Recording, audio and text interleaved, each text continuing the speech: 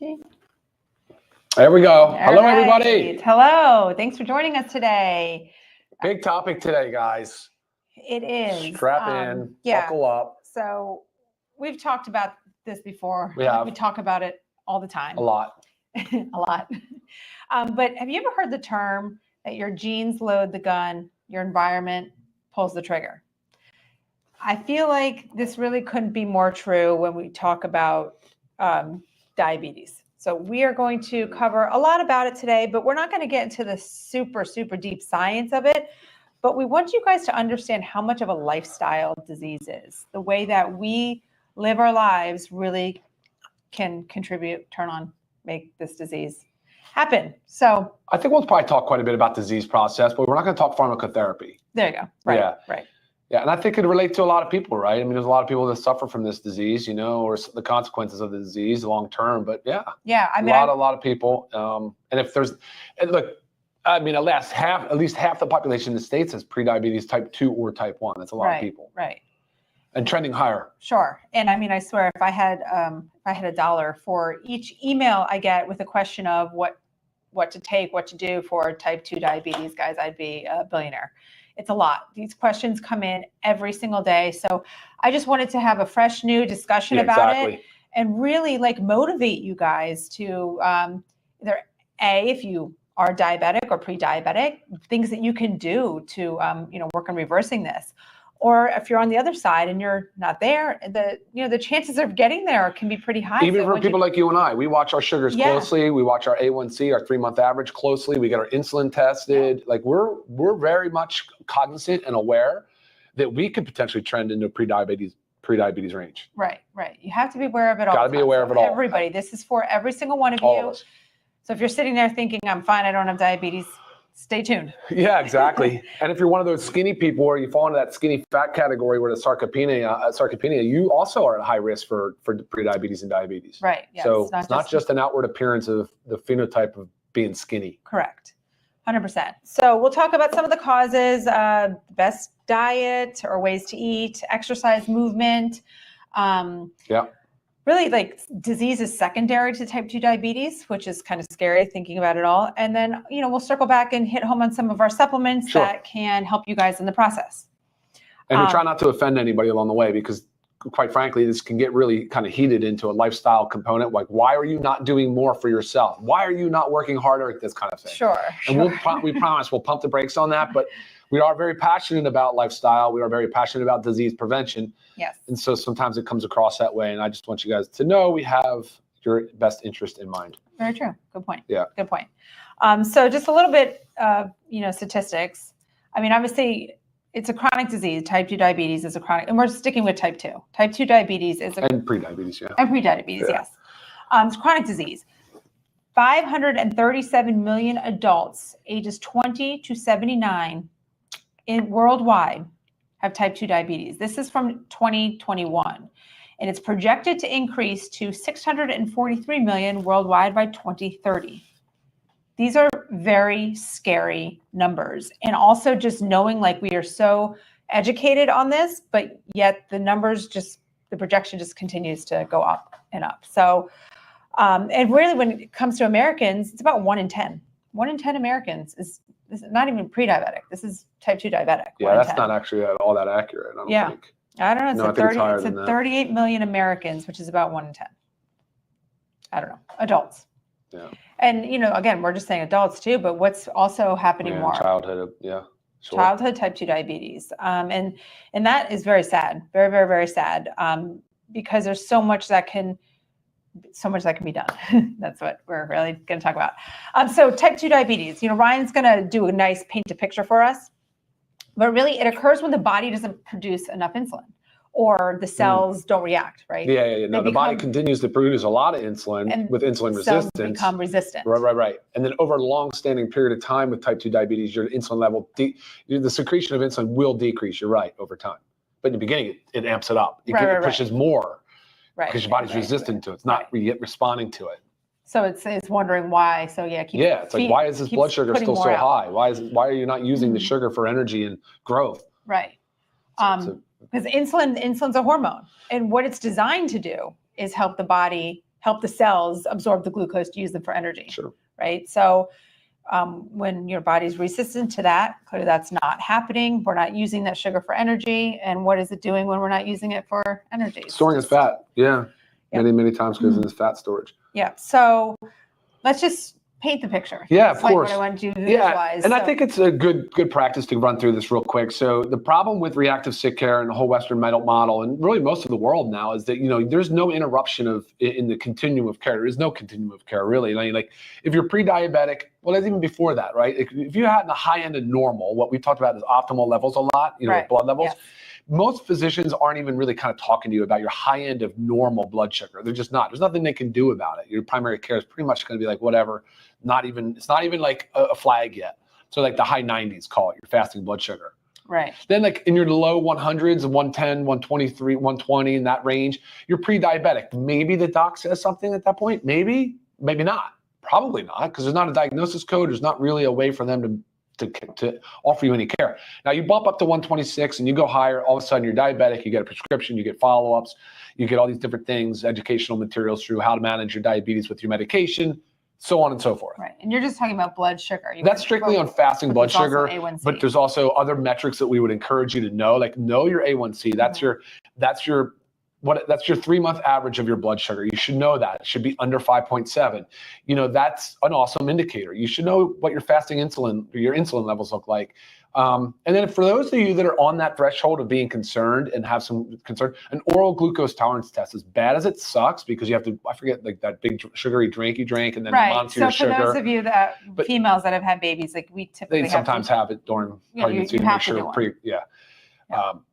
So the OGTT, the oral glucose tolerance test, is a really high predictability on like where you stand as far as your insulin response and diabetes. So that's helpful information for those of you out there. But if you don't even know your fasting sugar, you can literally go get a glucometer from the grocery store and test your sugar at home fasting and postprandial after food. And you can search online for the normal levels, but like you got to know your numbers. You have to absolutely know what your fasting is, your postprandial. Like you should know your A1C. And if you don't, it's time for blood work because you're past due. Like that's just much needed. And it's normal to see the A1C. That's not foreign for a physician to look at that. Right. And also, again, how we always talk about, taking your healthcare, into your own hands. Look at your trends. So when you get your blood work back, if it doesn't have side by side of like your past, your previous 2 blood tests, ask for them. Look at your numbers and see, wow, what the, 6 months ago I was this number, and then 3 months ago I was that. And, ooh, look at me, I'm going up. Yeah. If that's the case, guys, you really need to have this is a wake up call. It's a warning sign. This is a big warning. There are signs, right? If those numbers are going up, you have a strong correlation to watching your waistline grow too. Right. And watching your activities decrease, watching your libido plummet, watching your energy, your free energy plummet, watching your sleep quality go down. Like, so you have all these different things that are happening, and it should actually absolutely come as no surprise that you're probably getting pre-diabetic, type 2 diabetic. Right. Because those are the things that sort of start to happen from a metabolic perspective as your prediabetes progresses into type 2 diabetes. Right. So the quick picture. And that's not normal aging, guys. Right. That is not normal aging. Good point. The quick picture is, so we eat a piece of food. Yeah. Right. And so the body secretes insulin to take that glucose up, to utilize it. Right. Yeah. And if you're insulin resistant, the body puts that insulin out, but your body's resistant to it. So therefore it's not using it. And then it puts out more, and it keeps putting out more. Blood sugar's high. Nothing is happening. We're not utilizing that blood sugar for energy. Now, in a healthy body that is not resistant, the insulin gets put out after we eat, and it takes up that blood sugar, gets it out of our bloodstream, right? And we use it for energy. So it really can be as simple as that. So we need to make sure we take precautions and we do things if we're insulin resistant. One of the biggest ones, you want to start with diet? Kind of feel like, to me, like diet and exercise, they're both like so equally important, but let's just talk about diet. And now I'm not going to give you real diet advice on how to specifically eat if you're a diabetic, but there's so many things there's so many leading physicians out there right now that are saying like, avoid the carbohydrates. And so we have proteins, carbohydrates, and fats. Eat low carbohydrate. But carbohydrates are not essential. Essential means that that we need them for survival, or our body doesn't make them, but we make glucose, right? So we do make, so carbohydrates are not essential. And if you are pre-diabetic, diabetic, if you have problems, if you're insulin resistant, what's the point of putting carbohydrates in if your body's not able to utilize it properly? And by carbohydrates, guys, we hear a lot about sugar. Carbohydrates are sugars, yes. Breads, pastas, grains, oatmeal. And I know some things like that, like oatmeal, it's a soluble fiber. It does have a lot of benefits, but I mean, each body's unique. And this is why we like the continuous glucose monitors. If you don't know of that, you can look it up too. You can get one from your doctor, but it's one that's not entry level though. That's for just, I mean, to common knowledge. Sure. Common knowledge. Sure. To know how things, I mean, there's many healthy people walking around wearing them to have the awareness of how their body reacts to certain foods. So think about proteins and fats. Think about high quality proteins and high quality fats, right? Your lean meats, your healthy low mercury fish, eggs, dairy, just beans. Beans are a carbohydrate, but they're a great soluble fiber. So they really, really actually are beneficial. So just think about avoiding the sugars. And I know fruit is extremely healthy, but because it is sugar. It is sugar. So you have, when you're here, I want you to think about more on the low glycemic index. So glycemic index is certain food, when you're low on the glycemic index, there are certain foods that take longer to increase blood sugar. So you want to focus on those. I mean, berries are lower. I think it's a fair thing for people to reference the glycemic index. Yeah, they want to see how fast it causes your blood sugar to spike. Right. How fast? Basically, the time release of the food to causing a blood sugar spike. Right. So just kind of. It's a good guide. It's a good guide because you're right. great. Like the fruits and the sugars and things like that. Like some fruits are very high in sugar. Right. Some are lower. And it's hard because you got to know fruits these are things. Healthy. Yep. But yet, if you're You having know these things. insulin resistance, they're not healthy for you. Right.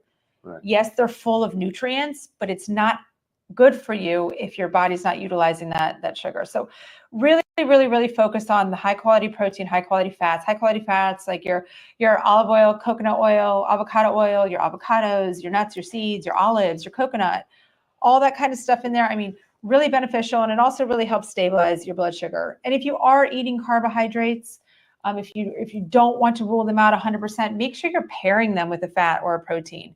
Because typically when we just eat carbohydrates, we have a big spike in our blood sugar. And every time we eat, our blood sugar is changing, right? It's going to go up with food. But we want to keep it these nice, low rolling hills, not these big peaks and valleys. So if you're pairing your carbohydrate, example, if say you're going to have a piece of toast, let's put some avocado on there, right? Let's have an avocado toast. If you're going to have a piece of fruit, say you're going to eat an apple, which is also good soluble fiber if you keep that skin on there, but pair it with some nuts, maybe some nut butter. So just those little combinations will help balance your blood sugar better. And I mean, I know some people that do use the continuous glucose monitors, they notice things like changes if they were to eat ice cream, because ice cream has like a full fat ice cream has fat in it. It helps keep your blood sugar more stable than maybe say eating white rice. It just bumps it up. So the pairing of it can really help. But again, really think about the avoidance of carbohydrates until you get things under control. Yeah, you're giving like really like quality health advice, like from a dietary perspective and nutritionist perspective. Whereas really for most of the people watching that are concerned about this, stop the sugar bolus. Mm-hmm. Right? Stop having this like crappy coffee loaded with some sugar bolus in there because it's a cream, it's a sugar, it's a this, it's a that. Stop waking up first thing eating a cereal or some heavy carbohydrate loaded with fruit and some flavored yogurt that's packed with sugar. Stop sugary beverages throughout the day. What's the deal with all these? I'm hydrating well. I'm drinking my Gatorade or Powerade or whatever, or even drinking sodas, loaded with sugar. Right. Dude, like. Or putting I hate even saying this, but like putting some honey in tea. I mean, honey has great health benefits, but not profound if you're not able to utilize it properly. Right. Not if your blood sugar is out of control. Not if you're insulin resistant. So you have to look at things through a very different lens. You kind of do. And if you can think about just taking it all out, take it all out. And if you are addicted to sugar, guys, I promise you, if you can do a complete 0 carbohydrate, 0 sugars for 2 weeks, you will get rid of that sugar addiction. 2 weeks, I know, will be probably the hardest 2 weeks of your life. Yeah, sugar detox is a whole nother thing. We should talk about that sometime too. Right. You know what I mean? But it helps so many. It really does. It's a real thing. What do you say about carrots? Do you have any opinion on carrots? In moderation. Yeah. I mean, carrots are higher, a vegetable that carbohydrate tends to be fiber. Higher in sugar, but it also has the fiber. You know, things like also like beets. Beets are so great for us, but they're higher in sugar. You know, so it's just moderation. But the fiber in carbohydrates really helps. So some other fiber foods I have on here, I was writing them down just so I don't forget. Black beans, lima beans, artichoke, apple with the skin. You need the skin. Green peas. If you're going to do some oatmeal, if you're doing some carbohydrates, that oatmeal does have the soluble fiber. Raw broccoli, sunflower seeds, walnuts. So all of these can be incorporated because fiber helps control blood sugar. So, you know, if you're going to go for those carbohydrates, I would say that apple with the skin or some oatmeal, but maybe with your oatmeal, like sprinkle in some sunflower seeds and walnuts, right? There's like a extra soluble fiber. So, and then timing of nutrition is super important. You know, we talked about fasting and intermittent fasting and time feeding windows and those types of things. But I think like the really important thing to take away, and this requires a lot of discipline. I understand this is not an easy thing for people that are so accustomed to it because you're the addiction center, the dopamine reward center is so fired up on some of these food choices that you just can't. Very hard to avoid them. It's better for you just not to buy them. But when you eat, it's like eat for a meal and maybe not snack as much, right? Like kind of minimize the snacking in between to let your blood sugar stabilize and normalize. But if you continue or prompting the pancreas to release insulin just during your feeding window, like almost the whole time, that is not ideal for somebody that's pre-diabetic or diabetic. Right. So very good point. Take that into consideration as well. So timing of your food. Timing your food. Focus on those 3 meals and just make them hearty and healthy. You know, good enough calories that you can have your 3 meals of the day and that be it. You know, you should be able to go 4 hours after eating a meal without feeling hungry. What is the deal with this dude? Hey, what is your deal, David? What I mean, every week, same thing. Walmart has better products than LiveGood. Very funny, dude. Send me your products, David. I don't understand though. It's like you want attention, you just got it. There you go, man. Okay. Exercise. Let's bump up to exercise. So did you know that exercising, utilizing your muscles can help control blood sugar similar to that of diabetic medications? I did know that. Yeah. I mean, I was reading that earlier and I was just like, I mean, that's blow you away. Not enough right there to tell you why you need to exercise. So what exercise does to your blood sugar is very similar, comparable to what diabetes medications do. Exercise is so extremely crucial. And the Center of Disease Control only recommends 150 minutes of moderate intensity exercise per week. That's very little. But again, start there. If you're not exercising, I mean, 150 minutes of moderate intensity per week. Divide that up. Moderate intensity, right? Fast walking, hill walking, biking. We know we want the weight training in there, but right now, keeping this super simple in terms of exercise, what we want you to do is contract your muscles. Because that contraction of the muscle is what pulls that blood sugar out of your blood and utilizes it for energy. And the more muscle you have, the better able you are to continuously take up sugar from your blood. So it's just, I mean, you have to do it. I can't even say anymore. Like you have got to exercise. That is like, it's a non-negotiable. It's a 100% non-negotiable. I mean, this is for everybody too. Like we did our last week's training on, it was about metabolism, but this goes just with that, because if you missed it, make sure you watch it. But one of the things that we were saying is that you should be moving your body, not just that little bit of exercise you're setting aside to do a day or per week, but you need to be moving your body continuously through the day. And we had recommended like every 30 minutes, set a timer, every 30 minutes to move for 2 minutes. Yeah. If you're doing this continuously throughout your day, your muscles are continuously contracting and they're pulling up that blood sugar from the bloodstream. That is going to help diabetics, pre-diabetics, anybody that insulin resistant. This is going to help so much.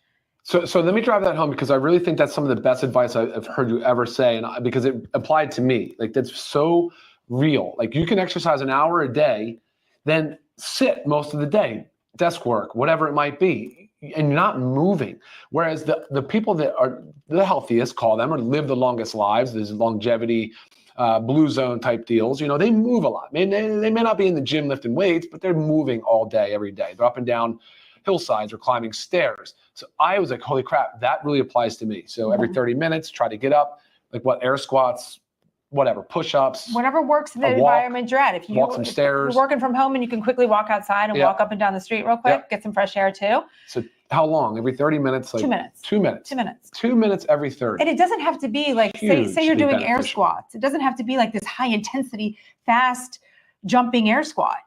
Just contracting your muscles, just not being sedentary in that chair, standing up and going up and down. Such good advice. Really and is. This is stuff that everybody can do. And so that's why I wanted to keep the exercise portion really light, because I know it can be intimidating. It can be. For me, no, I love exercise, right? And we know that, like you do too. So when I could go on and on about exercise, but I know I'm speaking to many, because I know there's so many of you out there that hate exercise. Or they don't even know how to incorporate it in. They don't know where to begin. Yeah, sure. I get it. So again, that's why I wanted to bring up the CDC recommendation of like a minimum of 150 minutes. To me, I feel like that's very minimum. I feel like the CDC is being very nice. Yeah. But a minimum of 150, and then just do those 2 minutes every 30 minutes, guys. And then one last piece to use: eat before and after a meal, but definitely after a meal. After you eat, go walk. Oh, sorry, you said eat before and after a meal. Did I say that? Yeah. I'm so sorry. I mean walk, move. Right. Before and after every meal. Yes. So yes, right? I mean, but that's amazing advice. Guys, that's will be the big takeaway from today for sure, if you want to actually do something. And the 30 minutes of workout a day, that can be a modest, brisk walk. That's the thing. We do encourage load bearing, of course, and things of that nature. But yeah, that's like you said. And if you're sitting there saying, I don't have time, but maybe you watch a 30-minute TV show. Right, guys? Yeah. Or get yourself a treadmill, or one of those little walking, they're not called walking treadmills, whatever it is. Whatever, yeah. We have one too. We wheel it around and stick it up to a counter. Stand and walk on that while you're watching your 30-minute show.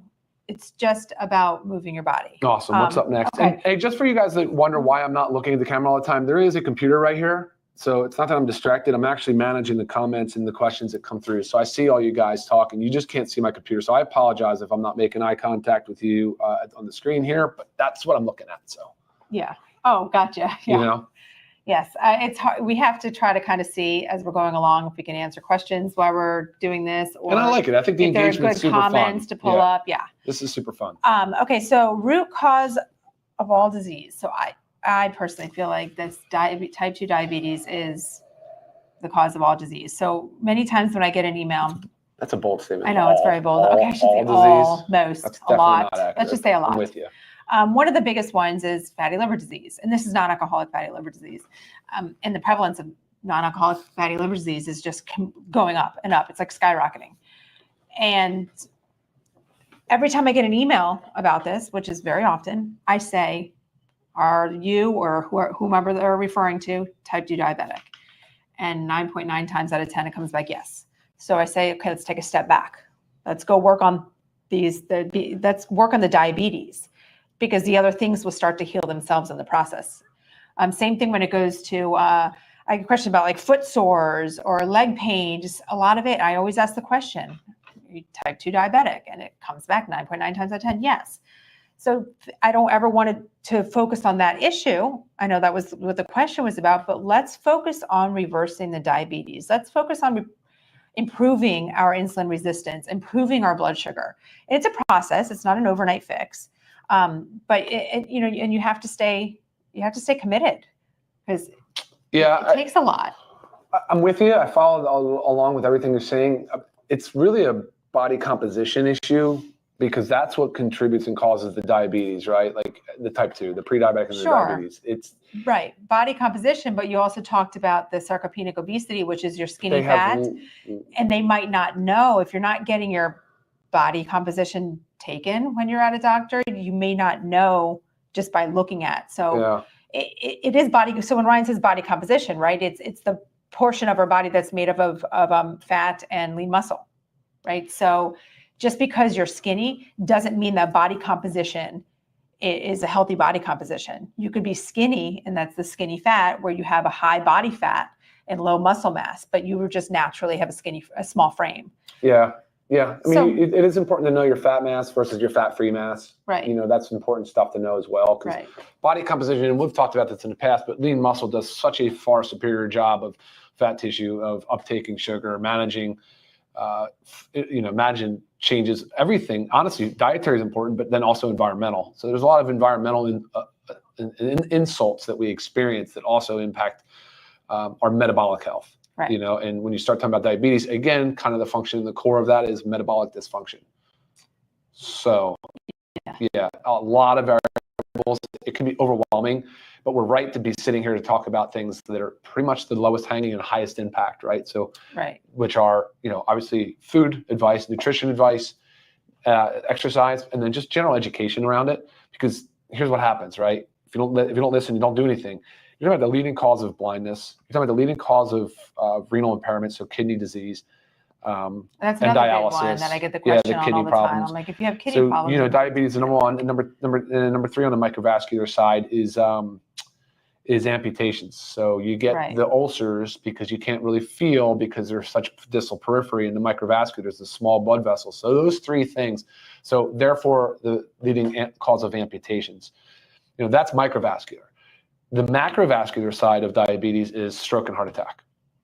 Right. So you're talking about major stuff. Right. And then now, as soon as you get into heart attack, now you're talking right off the bat, boom, heart disease. And then typically along with this, you have heart hypertension. So high blood pressure. And the heart attack thing is really a CAD, coronary artery disease issue. So guys, this thing is like it's such a volcanic eruption of into this chronic disease world, because as soon as all that happens, and we're not going to get into this so much, but the inflammatory cascade, the process of inflammation. Sure. So not only are you getting spikes of high inflammation, and your cortisol response is all screwed up, and your hypothalamus and your pituitary and the whole adrenal glands are screwed. Then you have this chronic low-grade inflammation your body doesn't even know what to do about, so it compromises the immune function. Now you're worried about cancer proliferation. Right. Now you're into this, like, okay, you started with obesity or whatever. Then you got diabetes. Then you went into this hypertension with coronary artery disease, heart attack, stroke risk. Now you have risk of cancer. What are we missing? Right. Oh, neurodegenerative diseases. Now you're talking about your Alzheimer's and your Parkinson's. Sure. Because again, the inflammatory cascade, and it's literally referred to as type 3 diabetes. Yeah. Because there's such a strong correlation, correlation and causative, whatever. Yeah. It makes you so sad, especially when you have loved ones, guys, that you see suffer through this. My father was a great example of coronary artery disease with high, long-standing pre-diabetes. Didn't really cross the line, but man, it's a tough world. It is a tough world. It doesn't have to be this way. Right. So supplementation is certainly a part of that, because it's a supplement to a healthy diet. You want the nutrients. You need the minerals. Your body absolutely requires these. This is a biochemical.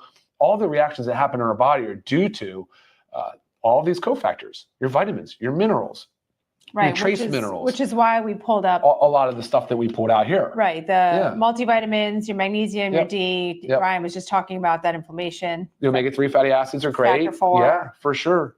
Factor 4, the omega-3 fatty acids. You need phytonutrients. That's why we encourage eating the rainbow and different colors and things like that. There's your super reds. There's your super greens. The power of phytonutrients is incredible. And you do get those out of meat, so don't be totally discouraged. But boom, antioxidants. So they can help neutralize some of these free radicals that are happening because they're just constantly under assault and high amounts of inflammation. And oxidative stress is really the term that goes with that. Right. And especially if you might be eating like less fruits, because we just talked about avoiding the sugar, avoiding the carbohydrates. You know, all of our products are approved for diabetics. They're all sugar-free. We tend to use stevia and monk fruit. Sure. Okay. Sure. Good point. We threw gut health in there because gut health probiotics are and enzymes. They're very important about helpful breaking things down. Gut health is, the gut is our second brain. It's involved in more than we think of. So it's always important to be addressing your gut health. Essential aminos, pull this out because obviously I talked about the more muscle you have, the more your body's able to utilize blood sugar. And there's nothing better than essential aminos and helping us preserve that lean muscle mass. In between periods of meals, right? Like great tool for that. You can use it along any time of day, really. But man, she's right. Like that's the key. Essential aminos for giving your body the fuel so it doesn't start breaking down the muscle. Right. Building lean muscle is so critical, guys. We really should have creatine out here, because it's just part of the whole thing. You should have the collagen peptides. You should have the whey protein. You should have the plant protein. That's what's the craziest thing, guys. We're talking about like LiveGood because the way we are anyways, we're formulating for foundational health. Right. And with the protein, I mean, it's hard to get enough protein in. That's where protein powders come into play. Like if you're one sitting there and saying like, I weigh 160 pounds and I'm eating my 160 grams of protein through other sources, meat, whatnot, eggs, dairy, kudos to you. I know personally, it's hard for me to reach my goal. I typically eat about 150 grams of protein a day. And it's hard to get there with just, whole foods alone. So I rely on our protein powders. So they're great help. 100 calories for 20 grams of protein. Really, really easy to add it in there as a snack with your meal. Make it a meal by increasing it also. And then lean. Lean is our body composition enhancement formula. I want to talk about a couple of specifics of like what it's designed to do. Ryan might want to touch on a little more, but it's funny. I was actually in the gym this morning and one of the people I was working out with came up to me and said, I just ordered lean. And she was asking me, she's like, I hate taking I forget to take things. And lean's going to be very hard for me because you're supposed to take it before each meal. She's like, can I just take 6 in the morning? I'm like, no, you can't. It's designed to take before meals. So we have it as 2 capsules prior to each of your 3 main meals. And the glucomannan in lean is the fiber that expands 100 times its weight in water. Expands the size of your stomach. So when you're eating, so if you take this it says 30 minutes on here, but the reason I say 30 to 60, I can even say 30 to 90 because our systems are different. Some digest a little bit slower. So you might need to take it 90 to 60 minutes. So you take it drinking with a lot of water, always have to drink a lot of water, and it expands. So then when you go to eat your meal, you're not able to eat as much, right? You just feel full. Naturally, you just feel full faster. And then also the berberine and the hops extract, they help to balance and stabilize our blood sugar when we eat. So this is not to say, oh, I'm going to take this and go eat my high carbohydrate, high sugar, whatnot. No, this is again, anytime we eat food, our blood sugar goes up and down. And again, if you're insulin resistant, high blood sugar, pre-diabetic, diabetic, whatever it is, the insulin is not taking away that blood sugar. So you really need to make sure you're focusing on it. So yeah. What else is in it? You made a lot of good points about the product. That's great. And something I was thinking of, but I want to let me throw this comment up here because the vegans I follow wholeheartedly believe in fruit is life. So do we. Oh, sure. When your body's compromised though, and you can't manage the sugar properly, you need to make very wise sugar decisions. And the fruit, you have to select the proper fruits. Everything that you put into your mouth. That's all. Yep. I completely agree. Fruit is amazing. Fruit is the vitamins, the nutrients, the hydration. I mean, fruit is. Are legumes okay? You name some legumes. Yeah, black beans is really great in soluble fiber. So a lot of all beans are. Look high in fiber. This. So not a good. So grapes and melons extremely high in sugar. Should be eaten alone. Ferments really fast and causes gases and bloat. Okay. Yep. So as you guys can see, there's a ton of information and advice out there. You really have to work with what serves you best, but there's some principles and some guidelines that you should, general guidelines that you should follow. So healthy fats, high in protein. I want to go on the sugar comment. Yeah, go ahead. The fruit comment real quick, especially the grapes. I just want to give an example. So my mom is extremely lean. She works out all the time and she's 72 years old. She is strong as a little whip. She's maybe like 95 pounds. I mean, super, super, super lean, much shorter than me. So, her weight is much less, but her A1C was kind of on the higher level. My mom eats very, very, very clean, like really no real sugar or anything like that. Doesn't really eat carbohydrates, can't do gluten. So just avoids it all. she snacks on grapes. Oh, there it is. All Boom. throughout the day. Yeah. Just like not like piles of grapes, but like if you're kind of thirsty, hungry, just kind of go pop some grapes. And her doctor was like, you got to back off the grapes. Like, I don't know what else it would be, but your A1C has gone up and, grapes are super high. This one says, LiveGood products help. That's awesome. Don't eat too early, 3 to 4 hours, and try not to eat 4 hours before bed. Feel much better. If you can go 4 hours before bed, that's impressive. I wish. But if you can go at least 2 hours before bed, I'm telling you, you're right. This is a game changer, guys. Do not eat close to bedtime. Massive change in your sleep quality and your blood sugar management. And make sure you move after that meal. Please walk. I had a friend, I thought he was totally active all the time. He says, man, I just started walking after you told me that, like, we should walk after meals. I won't stop doing it, and I feel amazing. Yes. Such a game changer after a meal. And I will say, when I first met him, I don't know if you know, if we met in college, but Ryan used to eat a big meal, and the first thing he would do was go lie down. Yeah. Yeah. No, she's helped me with a lot of things. Here? Albert, congratulations. That's awesome news. Nice. Just good news. Always good news. I love hearing that, man. Yes. For sure. Well, guys, look, we did a thing about, what did we do? Caloric restriction and weight loss. We're not getting into that today because we're not talking to you today specifically about weight loss, but you can check that out. But we've done one on inflammation. We've done one on inflammation. Right. Inflammaging. What else have we talked about that's relevant to today as well? The metabolism. Metabolic health. We did metabolic health. I mean, there's so much content around this, guys. And I think it's an awareness thing. It's an education. And I honestly think that you people out there that they're currently suffering with high sugar know what you need to do. So sometimes it's just that extra push, right? And maybe that push is today. Today's the day. Start now. Let's do it. Don't let the cascade Did we cover everything you had? I think so, yeah. All right, awesome. Yeah. Well, I'm going to run through some quick comments. Yeah, and I did say, guys, if you haven't already, subscribe to our channel. That way you don't miss anything. And we love your comments, your views. It helps us. We help you. It's kind of hand in hand. Like, comment. We always answer. Love to. Yes, please do that. Please do that. Albert's back and says, exercise gives me back pain. Well, your back pain's going to get worse if you don't move. It's just, that's the nature of the beast. You're going to have to find movements that work for you. Seek out a healthcare provider, whether it's chiropractic medicine or an orthopedic. Find somebody that can give you tailored advice. Right. Core strengthening exercises. I mean, if you're doing exercises that tend to hurt your back, then you're doing the wrong exercises for your body. Oh, man, you guys are so complimentary. I really appreciate it. Thank you so much. We love you guys too. Yeah, and check out all of our products are on our website, livegood.com. You can check them out there. We do have learn more sections with some information. We're working on getting short little videos onto each product so you can quickly watch and get a quick educational 1 to 3 minutes. 100% move daily. Yeah. Any other questions, you guys, I'm always available. Email. Some of these, I see if they're not really hand in hand with what's going on today. It's fun to see, though. A lot of people are recommending keto.